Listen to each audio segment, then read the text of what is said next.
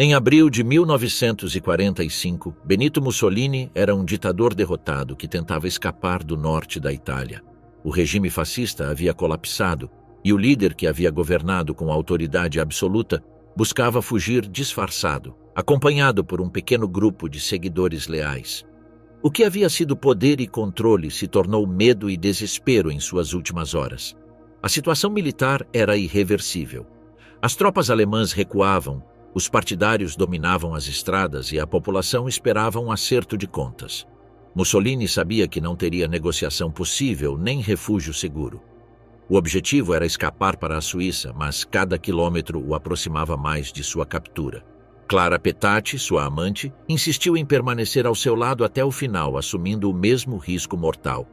Que decisões tomou Mussolini nessas últimas horas? Que erros o levaram direto aos partidários? Como terminou o dia final do ditador fascista? Na primavera de 1945, a República Social Italiana enfrentava sua dissolução definitiva. A estrutura militar que sustentava o regime se fragmentava rapidamente sob a pressão combinada dos exércitos aliados. A Frente Sul, que havia sido reforçada em torno da linha gótica, deixou de ser uma defesa organizada após a ofensiva lançada no início de abril. A resistência alemã e fascista desmoronou-se em poucos dias perante a superioridade material e aérea de britânicos, americanos e poloneses. Com a queda de Bolonha no dia 21 de abril, as tropas alemãs receberam ordens de se retirarem para a Áustria e Alemanha, esperando se render aos aliados ocidentais antes de que o fizesse o Exército Vermelho. O vazio de poder foi aproveitado pelas formações partisãs que ocuparam cidades, armaram emboscadas em estradas estratégicas e consolidaram comitês de liberação como autoridades de facto na Lombardia e no Vêneto. A administração fascista deixou de funcionar como aparelho coerente. No norte, os escritórios ministeriais encontravam-se paralisados, os funcionários fugiam ou se escondiam, e as comunicações oficiais ficavam interrompidas durante dias inteiros. O Estado reduzido à sua mínima expressão mal existia além do nome, e em seu interior Benito Mussolini mantinha-se formalmente como chefe do regime, embora há muito tempo houvesse perdido toda a capacidade de decisão efetiva.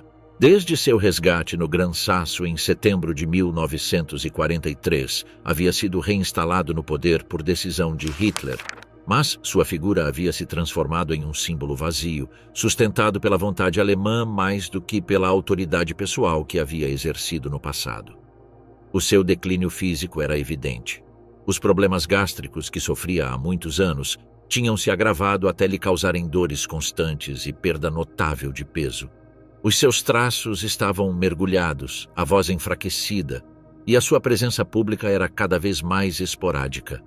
Durante as sessões de trabalho, mal conseguia manter a atenção durante alguns minutos, antes de cair em longos silêncios. A energia que em décadas anteriores o tinha tornado num líder omnipresente reduzia-se agora a breves acessos de irritação, seguidos por apatia prolongada. No plano político, a iniciativa tinha passado completamente para outros atores. Os hierarcas fascistas discutiam em reuniões improvisadas sobre como proceder enquanto o avanço aliado se aproximava de Milão. As opções se limitavam a dois caminhos: uma retirada para o norte ou algum tipo de negociação através dos partidários. A primeira alternativa, apresentada sob a ideia do reduto alpino no Valtellina, pretendia organizar uma defesa final nas montanhas convertidas em fortaleza natural. Alessandro Pavolini foi o principal defensor deste plano, insistindo que seria possível resistir com um núcleo de fiéis armados. Contudo, outros dirigentes consideravam isso impraticável diante da falta de recursos, armas e vontade popular. A segunda opção era uma aproximação direta ao Comitê de Libertação Nacional, que já controlava amplas zonas do norte, mas esta ideia colidia com a negativa de Mussolini, para quem qualquer tentativa de negociação equivalia a uma rendição desonrosa. A transferência do ditador para Milão no dia 18 de abril desde Gargnano refletiu a busca de uma proximidade ilusória ao poder. Na capital lombarda ainda restavam tropas alemãs e ministérios que funcionavam de forma intermitente. O contato com oficiais nazistas oferecia a sensação de não estar completamente abandonado, embora na prática os comandos alemães já se preparassem para evacuar a região. A presença de Mussolini em Milão coincidiu com as últimas reuniões formais de seu gabinete entre o dia 22 e o dia 25 de abril. Aquelas sessões, desenvolvidas em meio à confusão e à falta de coordenação, evidenciavam a paralisia do regime. Cada ministro propunha soluções contraditórias, desde iniciar conversas imediatas com os partisanos até preparar rotas de fuga para a Suíça. Nenhuma proposta alcançava consenso, e as discussões terminavam sem resoluções operativas. Na manhã de 25 de abril, na prefeitura de Milão, Mussolini recebeu vários líderes do regime. O ambiente era tenso, dominado pela consciência de que a insurreição geral já havia sido proclamada em todo o norte. O ministro dos Negócios Estrangeiros, Serafino Mazzolini, defendeu o estabelecimento de contatos com o Comitê de Libertação Nacional para evitar mais derramamento de sangue e salvar a população civil de uma destruição desnecessária. Sua proposta encontrou eco em alguns participantes, mas o ditador a rejeitou imediatamente, alegando que significaria aceitar a capitulação. A decisão respondia mais a uma preocupação com a imagem pessoal do que a uma avaliação militar da situação. Nesse mesmo dia, o arcebispo de Milão, cardeal Ildefonso Schuster, se reuniu com Mussolini numa tentativa de mediação. O cardeal transmitiu a exigência de rendição incondicional por parte dos líderes da resistência, respaldados pelo controle efetivo da cidade e dos seus acessos. A presença de oficiais alemães no encontro deixou claro que o interesse de Berlim já não incluía apoiar o Duce. Os nazistas haviam decidido priorizar sua retirada para o norte e não estavam dispostos a comprometer tropas na defesa de um regime esgotado. Mussolini ouviu as condições sem oferecer uma resposta clara, limitando-se a assinalar que deveria consultar com seus aliados. A reunião terminou sem avanços e com a sensação de que o desfecho estava cada vez mais próximo. À tarde, em uma nova reunião de gabinete, discutiu-se a possibilidade de fugir para a Suíça. Vários hierarcas argumentaram que o regime havia deixado de existir na prática, pois as principais rotas estavam sob controle partidário e a entrada dos aliados em Milão era questão de horas. Mussolini permaneceu quase o tempo todo em silêncio. Evitava comprometer-se com alguma estratégia concreta e só intervinha para rejeitar qualquer forma de rendição formal. Repetia que não desejava cair prisioneiro e que devia encontrar uma saída pessoal. Sua ambiguidade acentuou a sensação de abandono entre os ministros, que começaram a dispersar-se pela cidade em busca de esconderijos ou rotas de escape individuais. Essa noite, o ditador tomou a decisão de abandonar Milão. Após mais de 20 anos de domínio absoluto, o homem que havia dirigido a Itália desde a varanda do Palazzo Venezia se preparava para partir sem escolta oficial, confiando na proteção que ainda podiam oferecer os alemães. Sua saída marcava não apenas o colapso da República Social Italiana, mas também a evidência de que sua figura havia perdido todo o poder real. O último dia de Mussolini como governante não terminou com proclamações nem discursos, mas com a preparação silenciosa de uma fuga que o transformaria em fugitivo dentro do seu próprio país.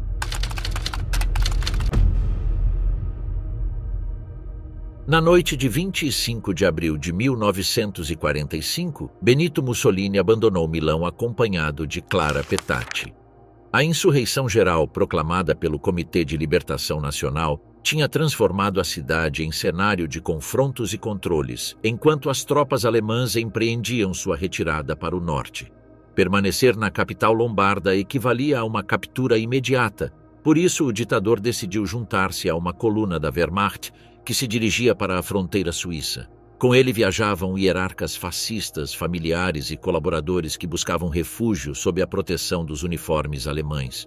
O comboio era composto principalmente por caminhões de artilharia antiaérea, sob o comando do tenente Fritz Birser. A esta força juntaram-se automóveis com altos funcionários italianos e caminhões carregados de pertences pessoais. Entre os fugitivos estava Alessandro Pavolini, secretário do Partido Fascista Republicano, junto a outros dirigentes que esperavam encontrar no exílio uma alternativa à iminente derrota. As famílias transportavam malas com roupas, objetos de valor e dinheiro em espécie, conscientes de que aquilo representava sua única garantia de sobrevivência. Mussolini tentou ocultar sua identidade.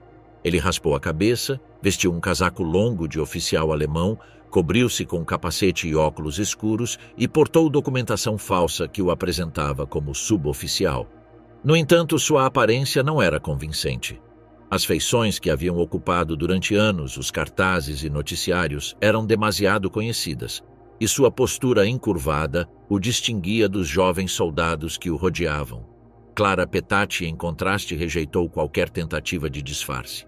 Vestia um casaco de pele e joias visíveis, o que a tornava uma figura chamativa no meio de um grupo heterogêneo de fugitivos. Sua determinação de acompanhar Mussolini em todo momento a levou a ignorar recomendações de fugir com sua família ou adotar uma aparência discreta. A coluna partiu em direção a Como. As estradas do norte da Itália estavam em estado de confusão. Os partisãs tinham organizado controles variáveis que apareciam e desapareciam rapidamente, obrigando os veículos a apresentar documentos ou salvo-condutos. Os alemães confiavam na força de seu uniforme para atravessar essas rotas, embora estivessem conscientes de que o risco aumentava com cada quilômetro. Ao longo do trajeto, os habitantes de vilas e aldeias observavam com desconfiança a caravana. Suspeitava-se que entre os soldados em retirada viajavam hierarcas fascistas, embora ainda não se conhecesse com certeza o paradeiro do Duce. A desordem interna refletia o colapso do regime. O comboio não respondia a um planeamento unificado, mas sim à acumulação de interesses individuais. Alguns viajavam armados, outros transportavam bens ocultos e todos dependiam da cobertura simbólica que a bandeira alemã oferecia. A prioridade da Wehrmacht não era proteger os italianos, mas chegar à Áustria para se render aos aliados ocidentais. Os fascistas encontravam-se assim numa posição secundária, tolerados como acompanhantes numa retirada cujo objetivo não incluía garantir a sua segurança. Mussolini permanecia em silêncio, oculto na parte traseira de um veículo. As suas intervenções eram reduzidas a gestos ou frases breves, sem tomar iniciativa. O controle da marcha recaía sobre os oficiais alemães e em figuras como Pavolini, que ainda defendia a ideia de um reduto nos Alpes. A diferença com Clara Petacci era notável. Ela se mostrava visível, conversava com soldados e acompanhantes nas paradas e mantinha um comportamento que chamava a atenção. Seu traje e atitude sublinhavam a excepcionalidade de seu vínculo com Mussolini, que, disfarçado, tentava passar despercebido. À medida que o comboio avançava para o norte, os controles partidários se intensificavam. Em localidades próximas ao Lago de Como foram instaladas barricadas improvisadas. Os alemães exibiam documentos e mantinham um tom de autoridade para impor a sua passagem, conseguindo por vezes evitar detenções. No entanto, a margem de movimento se estreitava. Cada controle representava a possibilidade de serem descobertos, e os rumores sobre a presença de altos dirigentes fascistas em fuga circulavam entre as brigadas de resistência.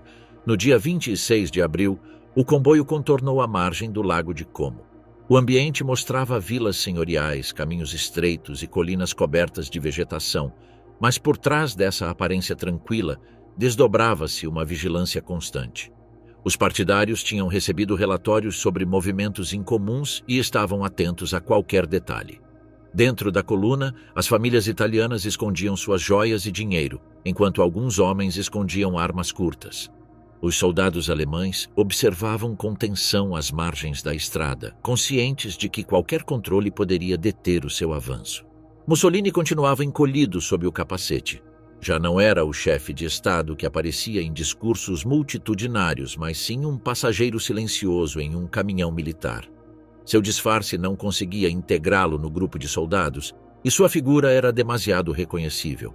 O contraste com seu passado imediato era absoluto. Da varanda do Palazzo Venezia para uma posição marginal em um comboio sem rumo claro. À noite do 26 ao 27, a coluna descansou na zona de Menaggio, na margem ocidental do lago. Foram estabelecidos postos de guarda alemães, embora com vigilância limitada. A prioridade era continuar avançando ao amanhecer, não assegurar um acampamento estável. Em paralelo, as brigadas partidárias da região reforçaram os controles, alertadas pelas notícias de movimentos suspeitos. No dia seguinte, 27 de abril, o comboio retomou a marcha em direção a Dongo. A proximidade da fronteira suíça alimentava a esperança dos fugitivos. No entanto, a pressão dos grupos de resistência se intensificava. O trajeto pela margem do lago, outrora rota de turismo, tornou-se um corredor vigiado, com postos de controle que reduziam cada vez mais a margem de escape. Mussolini permanecia oculto em seu veículo, sem expressar decisões nem mostrar iniciativa. Clara Petacci continuava ao seu lado, visível e decidida a não se separar. O comboio avançava lentamente por estradas sinuosas, ciente de que a qualquer momento poderia encontrar um controle partigiano capaz de pôr fim à fuga. O desfecho parecia aproximar-se a cada curva do caminho, enquanto a fronteira continuava sendo uma meta incerta.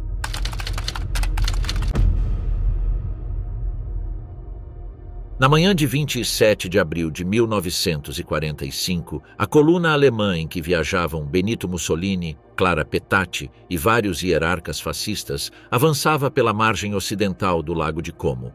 O objetivo era alcançar a fronteira suíça, última esperança de escapar do território italiano. No entanto, o controle partidário na região estava se intensificando. A 52 Brigada Garibaldi havia recebido informes sobre comboios suspeitos que transportavam fugitivos italianos entre tropas alemãs em retirada. Na localidade de Musso, próxima a Dongo, os partisãs instalaram um controle de estrada. O posto era dirigido por Pierluigi Bellini Delistelle e Urbano Lázaro, conhecido com o nome de Guerra Bill. A ordem era revisar todo o veículo em direção ao norte e deter qualquer italiano que tentasse se camuflar entre soldados alemães. Cerca do meio-dia, a coluna liderada pelos caminhões de artilharia alemã chegou ao local. Os oficiais do Reich, acostumados a impor autoridade, tentaram apresentar a caravana como uma unidade regular em retirada. Mostraram salvo-condutos e documentação em ordem, mas a tensão era evidente.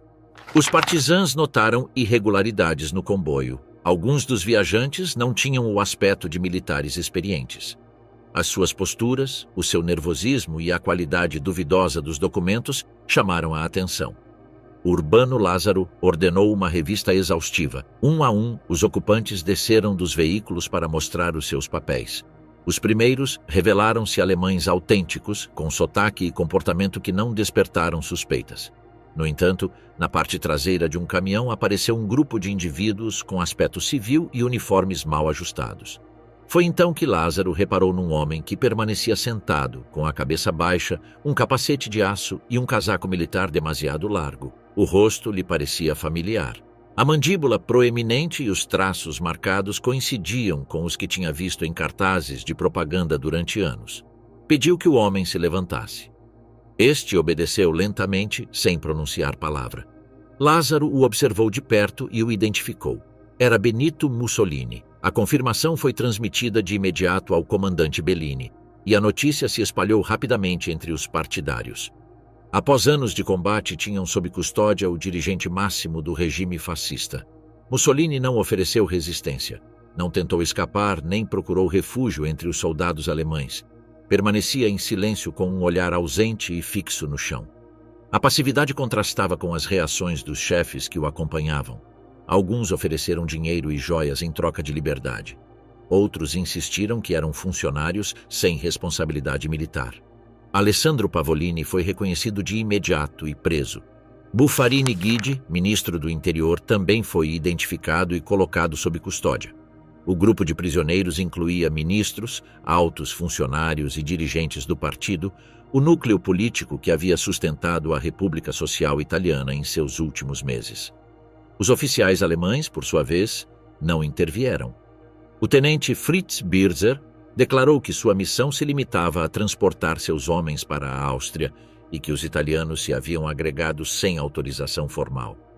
A Wehrmacht não demonstrou intenção de defender Mussolini nem os hierarcas. Sua prioridade era prosseguir para o norte e render-se às forças aliadas ocidentais. A indiferença alemã confirmou o isolamento definitivo do Duce. Clara Petacci, que viajava em outro veículo, exigiu permanecer junto a Mussolini. Foi presa com ele, ignorando os avisos de que poderia escapar se se afastasse. Sua decisão a colocou entre os prisioneiros sob vigilância armada. Os fascistas detidos foram desarmados, revistados e conduzidos para o interior de Dongo. A população local, alertada pelo movimento incomum na estrada, começou a se concentrar em torno ao local. Reconheceram vários líderes capturados e repreenderam-nos abertamente.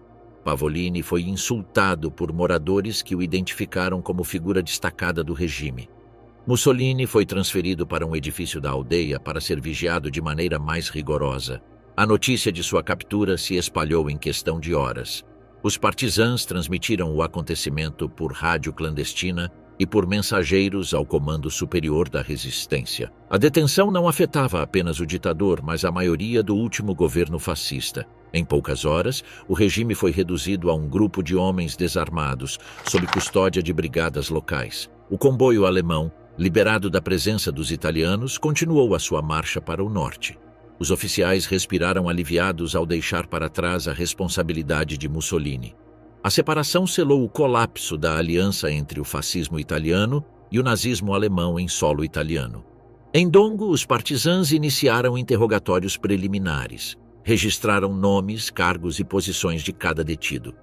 A magnitude da prisão foi compreendida imediatamente. Tinham sob custódia o Duce e a cúpula da República Social Italiana. Mussolini, sentado em silêncio, evitava olhar para seus captores. Não pronunciou defesa nem pedido algum. A ausência de palavras contrastava com as súplicas de outros hierarcas que buscavam salvar suas vidas. Clara Petacci mantinha-se ao lado dele, visivelmente afetada, mas decidida a não se separar. A captura em Dongo pôs fim à fuga iniciada em Milão 2 dias antes. A fronteira suíça estava a poucos quilômetros, mas se revelou inalcançável. Um controle improvisado de uma brigada partisana foi suficiente para deter a fuga e colocar o ditador nas mãos de seus adversários. A notícia viajou rapidamente até os comandos superiores do Comitê de Libertação, onde começaram a ser discutidas as opções sobre o destino dos prisioneiros. Após a captura em Dongo, Benito Mussolini e Clara Petacci foram transferidos para a aldeia de Bonzanigo, no município de Mesegra, junto ao lago de Como. A Brigada Garibaldi 52 decidiu afastá-los do núcleo urbano e confiná-los em uma fazenda local, escolhida por seu isolamento e pela facilidade de manter a vigilância sem risco imediato de resgate. O lugar, uma construção simples de pedra, contava com um pequeno quarto e mobiliário escasso, suficiente para manter os prisioneiros sob controle até receber instruções dos comandos superiores da resistência. A transferência foi efetuada ao anoitecer de 27 de abril. Mussolini viajou em silêncio, sem trocar palavras com seus guardiões, enquanto Clara Petacci chorava durante o trajeto. Ao chegar à fazenda, foram conduzidos ao quarto destinado ao seu encarceramento e ficaram sob guarda permanente. A cena contrastava com a magnitude política do personagem detido. O dirigente que havia governado a Itália durante mais de 2 décadas encontrava-se agora recluso em um espaço reduzido, cercado por jovens partisãs armados. Os testemunhos recolhidos posteriormente coincidem em descrever Mussolini como um homem abatido. Sentou-se contra a parede com a cabeça baixa, evitando o contato visual. Mal murmurava frases curtas, sem intenção de diálogo. Clara Petacci, por outro lado, manteve-se ativa, agarrada ao seu braço, tentando falar com os guardiões. Pedia-lhes clemência e lembrava a condição de chefe de Estado que seu companheiro tinha ostentado, como se esse argumento pudesse garantir um tratamento diferente. Ao não obter resposta, recorria ao choro e à promessa de não se separar dele sob nenhuma circunstância. Durante as primeiras horas de cativeiro, Mussolini ofereceu aos partisãs ouro e dinheiro escondidos em vários locais, tentando negociar sua libertação e a de Clara. Assegurou conhecer a localização de depósitos de metais preciosos e divisas pertencentes ao regime. A proposta foi rejeitada sem hesitações. Para os guardas, muitos deles com familiares mortos em combates ou represálias, qualquer compensação material carecia de sentido. Em outros momentos, o prisioneiro perguntou pelo paradeiro de sua esposa Raquel e de seus filhos. Falou de Romano, dedicado à música, e de Eda, viúva de Galeazzo Ciano, executado em 1944. Suas referências familiares mostravam uma preocupação privada, distante da retórica política que o havia caracterizado no passado. Os guardas escutavam em silêncio, sem oferecer respostas. Enquanto isso, os responsáveis sobre a brigada debatiam sobre o destino dos prisioneiros. Alguns defendiam a conveniência de um julgamento público que permitisse documentar os crimes do regime e legitimar o novo poder. Outros insistiam na necessidade de agir com rapidez, lembrando que em setembro de 1943, um comando alemão havia resgatado Mussolini do Gran Sasso. Temiam que, se a detenção se prolongasse, algo semelhante pudesse se repetir, pois ainda havia unidades alemãs em retirada na região do lago. A lembrança daquela operação condicionava as deliberações. Embora em abril de 1945 o Reich estivesse em plena decomposição, persistia a preocupação de que se organizasse uma tentativa desesperada de libertação. A proximidade de colunas alemãs que buscavam chegar à Suíça reforçava essa possibilidade. Os partisanos concluíram que cada hora adicionava risco, o que aumentava a pressão sobre as decisões que deviam ser tomadas. No interior da granja, Mussolini continuava imóvel. Sua figura silenciosa contrastava com a agitação dos hierarcas detidos em Dongo, que haviam reagido com súplicas e protestos. Clara, exausta, alternava lágrimas com súplicas. Em um momento pediu aos guardiões que a executassem e perdoassem a Mussolini, sem obter resposta. A tensão aumentava entre os jovens combatentes, que não sabiam se a consideravam cúmplice política ou acompanhante sem responsabilidade. À meia-noite, chegaram mensagens de Milão. O Comitê de Libertação Nacional do Norte da Itália estava informado da captura e discutia a resolução final. Alguns dos seus dirigentes propunham transferir o prisioneiro para a capital lombarda para apresentá-lo publicamente, enquanto outros defendiam a execução imediata. As ordens eram ambíguas e a decisão ficou adiada. Na prática, os partidários de Bonzanigo deviam manter Mussolini sob custódia até receber instruções claras. Para evitar qualquer tentativa de libertação, a vigilância foi reforçada. Estabeleceram-se turnos permanentes em frente à porta e à janela do quarto. A família proprietária da casa manteve-se afastada, limitando-se a fornecer comida e água, enquanto a pressão sobre os guardas aumentava. A possibilidade de um ataque alemão, embora incerta, obrigava a manter o máximo estado de alerta. Mussolini pediu papel e lápis várias vezes com a intenção de escrever. Os partigiani recusaram o pedido. Em uma única ocasião, conseguiu redigir algumas frases em um papel solto, que não foram conservadas completas. Segundo alguns testemunhos, tratava-se de anotações dispersas sobre sua trajetória e sobre como acreditava que seria julgado pela história. O gesto refletia sua desconexão da situação imediata e seu refúgio em pensamentos isolados. A madrugada do dia 28 de abril decorreu sem incidentes externos. Dentro do quarto, a cena permaneceu inalterada. Um ditador em silêncio, uma companheira que não parava de suplicar e alguns guardiões que observavam à distância.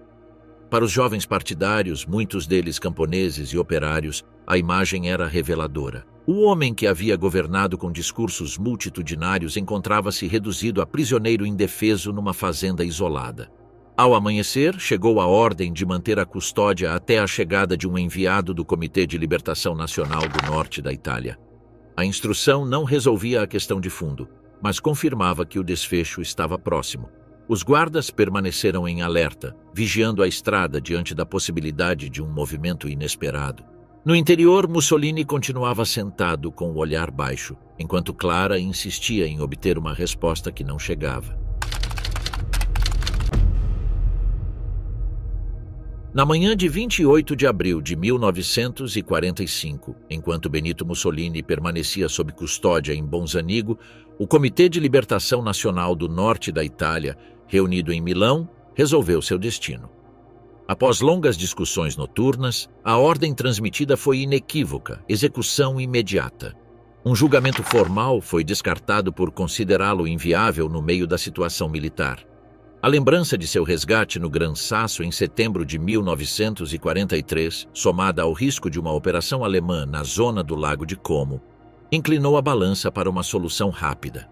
Os principais líderes da resistência, entre eles Luigi Longo, Sandro Pertini e Leo Valiani, concordaram que mantê-lo vivo representava um perigo político e militar. Enquanto permanecesse prisioneiro, existia a possibilidade de que seus seguidores tentassem libertá-lo, ou de que sua figura continuasse servindo como ponto de referência para os fascistas sobreviventes. Além disso, a informação recebida de várias brigadas alertava sobre movimentos alemães em direção ao norte, o que reforçou a necessidade de agir rapidamente. A responsabilidade recaiu sobre Walter Audísio, conhecido como Colonelo Valério, comandante partigiano com ampla experiência em operações armadas. O seu histórico de disciplina e compromisso tornava-o no encarregado ideal para realizar uma missão que devia ser cumprida sem hesitações. Recebeu em Milão credenciais oficiais que o autorizavam a agir em nome do Comitê de Libertação Nacional do Norte da Itália, junto com a instrução explícita de executar Mussolini e qualquer acompanhante que permanecesse ao seu lado no momento da operação. Audísio partiu para o lago acompanhado de Aldo Lampredi, apelidado de Guido, e Michele Moretti, conhecido como Pietro. O grupo viajava em veículos requisitados, armados com submetralhadoras e pistolas. Escolheram rotas secundárias para evitar encontros com tropas em retirada. Durante o trajeto, revisaram o plano: identificar o prisioneiro, cumprir a ordem com rapidez e garantir o transporte imediato dos corpos para Milão. A prioridade era evitar atrasos ou interferências que pudessem alterar a missão. No início da tarde, chegaram à fazenda onde Mussolini e Clara Petacci haviam passado a noite. Os guardas da brigada local informaram que o ditador se manteve apático e silencioso, enquanto sua companheira insistia em súplicas sem resposta. Audísio mostrou a documentação oficial e assumiu a custódia dos prisioneiros. Comunicou que seriam transferidos, sem especificar o destino. Mussolini recebeu a ordem sem manifestar resistência, limitando-se a seguir as instruções. Clara insistiu em permanecer ao seu lado e rejeitou a possibilidade de viajar em um veículo diferente. A transferência foi efetuada em um caminhão militar aberto, custodiado por partisanos armados. A distância entre Bonzanigo e Giulino di Mezzegra era curta, mas o trajeto foi realizado com máxima precaução. A estrada margeava o lago em uma zona de curvas estreitas e populações dispersas. Audísio permanecia atento a qualquer sinal de presença alemã. O destino escolhido foi a Vila Belmonte, uma residência privada situada na estrada principal da vila, que oferecia discrição e fácil acesso para veículos. O caminhão parou em frente ao portão de ferro da vila pouco depois de 13h. O local estava deserto, sem presença militar nem civis que pudessem interferir. Mussolini desceu lentamente, auxiliado por um dos partisãs. Caminhava com rigidez e o olhar perdido, sem pronunciar palavra. Clara segurou-se ao seu braço direito e recusou-se a se separar quando tentaram afastá-la. Audísio ordenou que ambos fossem colocados junto ao portão, sob a vigilância de um semicírculo de combatentes. A preparação foi breve.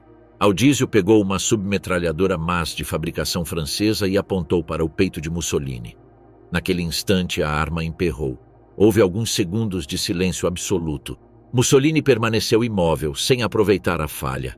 Clara soltou um grito, interpretando o momento como um sinal de esperança. Audísio jogou a arma e pegou outra de um de seus companheiros, uma submetralhadora em condições de uso. Apontou novamente e disparou uma rajada controlada. Os projéteis impactaram no torso de Mussolini, atravessando o peito e o abdômen. O corpo desabou imediatamente sobre o chão empedrado. A morte foi quase instantânea, provocada por danos internos massivos e hemorragias irreversíveis. Não houve palavras finais. Clara se lançou sobre o cadáver, abraçando-o e suplicando clemência. Sua reação não alterou o desenrolar da operação. Audísio cumpriu a ordem recebida e atirou contra ela. Os projéteis atingiram a parte superior de seu corpo, provocando uma morte rápida. Os partidários verificaram imediatamente a ausência de pulso e respiração. Constatou-se que ambos estavam mortos. Exames médicos posteriores confirmaram que Mussolini apresentava múltiplos ferimentos de bala no torso e no abdômen, com fraturas costais e perfurações pulmonares. Clara Petacci tinha recebido vários tiros no torso, todos letais. Os corpos ficaram estendidos alguns minutos no chão enquanto a zona era assegurada. A cena foi controlada com disciplina militar. Os combatentes formaram um cordão de segurança ao redor da vila para impedir a presença de curiosos. Não houve rituais nem palavras solenes. O objetivo era cumprir a ordem em condições de segurança e proceder à transferência. Uma vez confirmada a morte, Audísio ordenou carregar os corpos no veículo para levá-los a Milão. Lá seriam expostos publicamente junto a outros chefes executados, como prova visível de que o regime fascista havia chegado ao seu final. Na tarde do dia 28 de abril de 1945, após a execução de Benito Mussolini e Clara Petacci em Giulino di Mezzegra, seus corpos foram carregados em um caminhão junto com os de outros hierarcas fascistas fuzilados nas horas anteriores. Entre eles estavam Alessandro Pavolini, Achille Starassi e vários ministros e funcionários da República Social Italiana capturados em diferentes localidades do norte. O comboio partiu em direção a Milão, seguindo as instruções do Comitê de Libertação Nacional do Norte da Itália, que havia ordenado não apenas a eliminação física dos dirigentes fascistas, mas também a exibição pública de seus cadáveres como prova irrefutável do fim do regime. A decisão de mostrar os corpos na capital lombarda foi tomada nas mesmas deliberações que haviam definido a execução. Os dirigentes da resistência consideraram que um anúncio verbal não seria suficiente para convencer a população da queda definitiva do fascismo. Depois de mais de 2 décadas de propaganda que havia construído a imagem de Mussolini como figura invulnerável, era necessário um testemunho visual incontestável. A experiência recente reforçava esta conclusão. Rumores falsos sobre mortes de líderes fascistas haviam circulado em diversas ocasiões, enfraquecendo a credibilidade das notícias transmitidas por meios clandestinos. O transporte para Milão começou durante a noite e prolongou-se até a madrugada do 29 de abril. Foi utilizado um caminhão militar alemão requisitado, com capacidade para transportar vários cadáveres e um destacamento de partidários armados. A vigilância era rigorosa. Temiam emboscadas de tropas alemãs em retirada ou tentativas de fascistas sobreviventes de recuperar os corpos para lhes dar um enterro heróico. O comitê havia ordenado que chegassem intactos à capital. O comboio avançou lentamente por estradas secundárias em mau estado, evitando os principais eixos de comunicação onde ainda poderiam circular unidades alemãs. Entretanto, Milão tinha sido libertada nas 24 horas anteriores. As últimas forças alemãs tinham abandonado a cidade e os comitês locais de libertação tinham assumido o controle dos edifícios públicos, das estações de rádio e das infraestruturas estratégicas.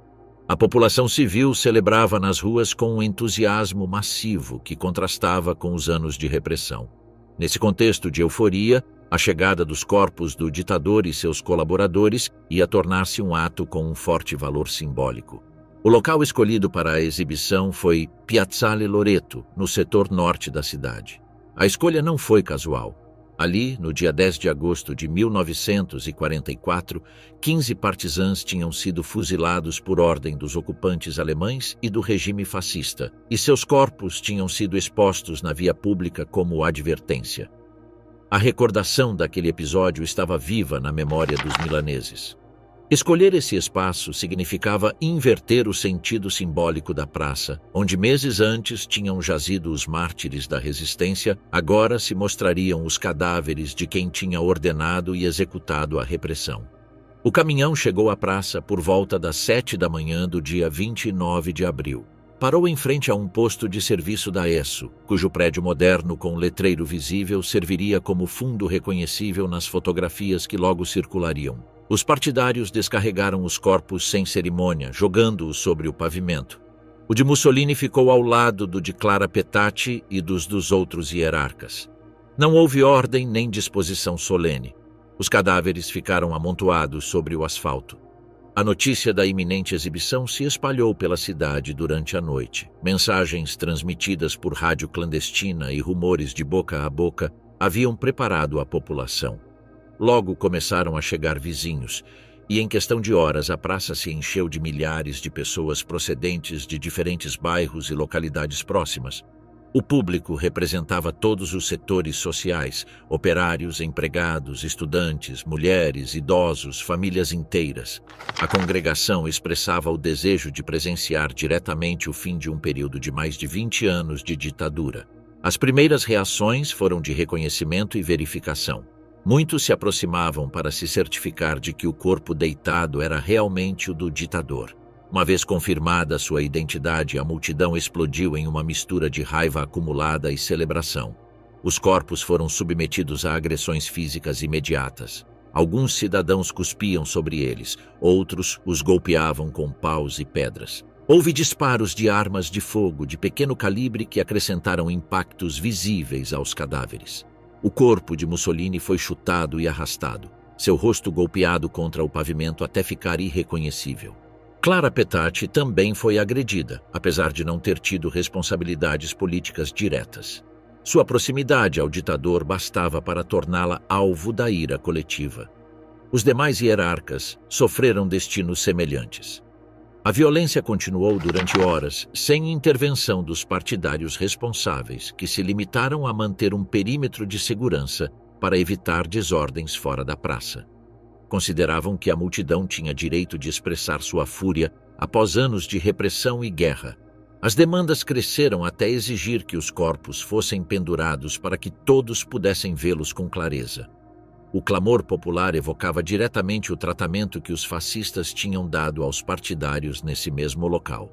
Diante da pressão da multidão, os organizadores cederam. Os feixes metálicos da estação de serviço foram utilizados como pontos de suspensão. Com cordas improvisadas, os corpos foram amarrados pelos tornozelos e elevados de cabeça para baixo. Mussolini ocupou a posição central, ladeado por Clara Petacci e vários dos seus colaboradores mais conhecidos. A cena resultante era de forte impacto. Os cadáveres ensanguentados e desfigurados pendiam sobre a praça, visíveis para todos os presentes. O significado simbólico era evidente. A praça, que tinha sido palco da repressão fascista em 1944, se transformava no espaço da exibição final dos responsáveis. Para os habitantes de Milão, a inversão de papéis constituía uma confirmação tangível de que o regime tinha chegado ao seu fim. O lugar onde os resistentes tinham sido humilhados se convertia no palco da derrota de seus algozes. A multidão cresceu até reunir a dezenas de milhares de pessoas. Alguns lançavam pedras, outros disparavam contra os corpos pendurados. Os gritos, insultos e cânticos antifascistas enchiam a praça em um estrondo constante. A atmosfera era de catarse coletiva. Misturavam-se sentimentos de alívio, raiva acumulada e desejo de justiça. Para muitos, tratava-se de uma reparação simbólica há muito esperada. A exibição prolongou-se durante todo o dia. Fotógrafos profissionais e amadores capturaram imagens que foram rapidamente divulgadas dentro e fora da Itália. As fotografias dos corpos pendurados em Piazzale Loreto tornaram-se um dos testemunhos gráficos mais conhecidos do fim da Segunda Guerra Mundial na Europa. A imagem do ditador que durante mais de 20 anos dominou a vida política italiana, agora reduzido a um cadáver exposto diante de uma multidão, ficaria gravada na memória coletiva como representação definitiva da queda do fascismo. Após a exibição na Piazzale Loreto, no 29 de abril de 1945, os corpos de Benito Mussolini, Clara Petacci e os hierarcas fascistas fuzilados foram retirados por ordem das autoridades locais e dos comandos aliados presentes em Milão. Após mais de 12 horas de exposição pública e agressões contínuas, os restos encontravam-se gravemente deteriorados. Foram carregados em um caminhão militar e transferidos para o Instituto de Medicina Legal da cidade, onde se dispôs a realização imediata de autópsias forenses. O exame médico de Mussolini foi realizado naquela mesma tarde. Médicos forenses italianos e aliados participaram da operação com o objetivo de documentar cientificamente as causas da morte e o estado do cadáver. O relatório descreveu um corpo masculino de 1,69 m de altura com múltiplas feridas de bala, a maioria concentrada na região do tórax. O tiro letal perfurou o peito à altura do coração, provocando fraturas nas costelas e lesões massivas nos pulmões. Outros impactos atingiram o abdômen e os braços, sugerindo que ele pode ter tentado se cobrir no momento da execução. O rosto mostrava hematomas, cortes e fraturas provocados depois da morte pelas agressões na praça. Apesar do deterioro, os médicos confirmaram a identidade por traços faciais ainda reconhecíveis e por documentos pessoais encontrados na roupa. O cadáver de Clara Petacci foi examinado com o mesmo rigor, apresentava 5 ferimentos de bala no torso, todos compatíveis com uma morte imediata, além de sinais de golpes posteriores sofridos durante a exibição pública. Concluídas as autópsias, surgiu a questão do destino final dos restos. Tanto o governo provisório italiano quanto as autoridades aliadas coincidiram no risco de que uma tumba identificável se tornasse um lugar de peregrinação para simpatizantes do fascismo. A experiência europeia demonstrava que os enterros públicos de figuras políticas controvertidas costumavam transformar-se em centros de culto para seus seguidores. A solução foi manter o corpo sob controle estatal e enterrá-lo em segredo. No 1º de setembro de 1945 foi depositado em uma cova anônima no cemitério de Musocco, nos arredores de Milão, sem qualquer sinal que indicasse sua presença. Apenas um grupo reduzido de funcionários conhecia o local exato. No entanto, a descrição não impediu que circulassem rumores sobre o paradeiro. Entre os seguidores do regime derrotado, surgiram teorias sobre ocultamentos deliberados destinados a apagar qualquer rastro do ditador. Em 23 de abril de 1946, quase um ano após a execução, um grupo clandestino de militantes neofascistas conseguiu roubar o cadáver. A operação foi executada com organização precisa e discreta. Os autores pertenciam a uma rede conhecida como a Legião dos Mortos de Mussolini, composta por antigos oficiais da República Social Italiana e simpatizantes civis. Haviam estudado durante meses a vigilância do cemitério e preparado abrigos para ocultar o corpo.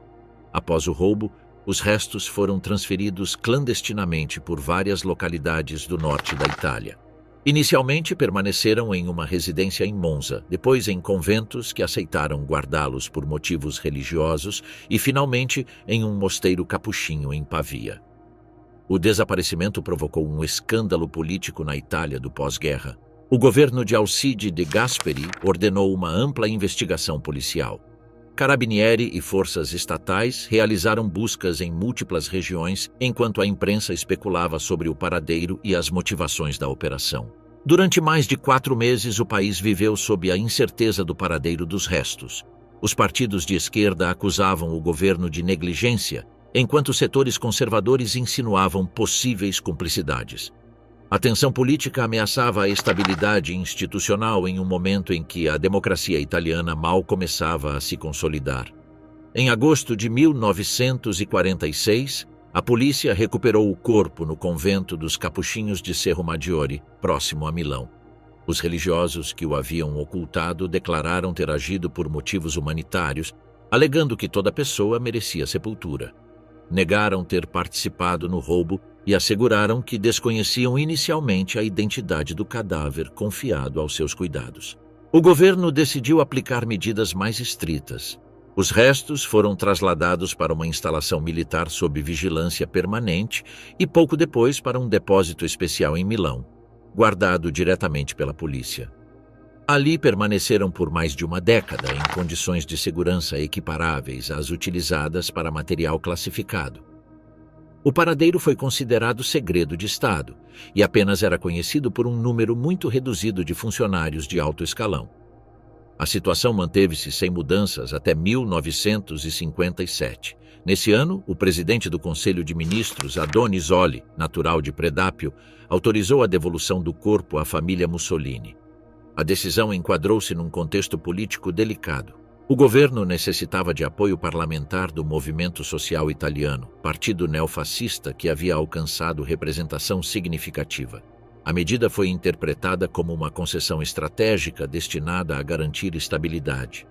No dia 30 de agosto daquele ano, os restos foram entregues a Rachele Guidi em uma cerimônia privada e transferidos para o cemitério de San Cassiano, em Predápio, a cidade natal do ditador. O enterro foi realizado com a máxima discrição, sem cerimônias públicas e sob forte vigilância policial. Apenas familiares diretos e um número reduzido de assistentes autorizados estiveram presentes. Com o passar do tempo, a tumba em Predápio transformou-se em lugar de peregrinação. Desde a década de 1960, grupos de simpatizantes começaram a organizar visitas coincidindo com datas significativas como o nascimento de Mussolini, a Marcha sobre Roma ou o aniversário da sua morte. Embora as autoridades tenham tentado limitar essas manifestações através de vigilância e proibições de símbolos políticos explícitos, o fenômeno persistiu. A cripta familiar abriga um sarcófago de mármore negro com o nome do ditador gravado em letras douradas. Em seu interior são conservadas fotografias, cartas e recordações pessoais. O lugar continua recebendo visitantes que fazem saudações romanas, depositam flores com simbologia fascista e entoam hinos do regime. A polícia mantém presença permanente para evitar incidentes, mas o fluxo de visitantes confirma que a figura de Mussolini conserva capacidade de atração simbólica entre determinados setores da sociedade.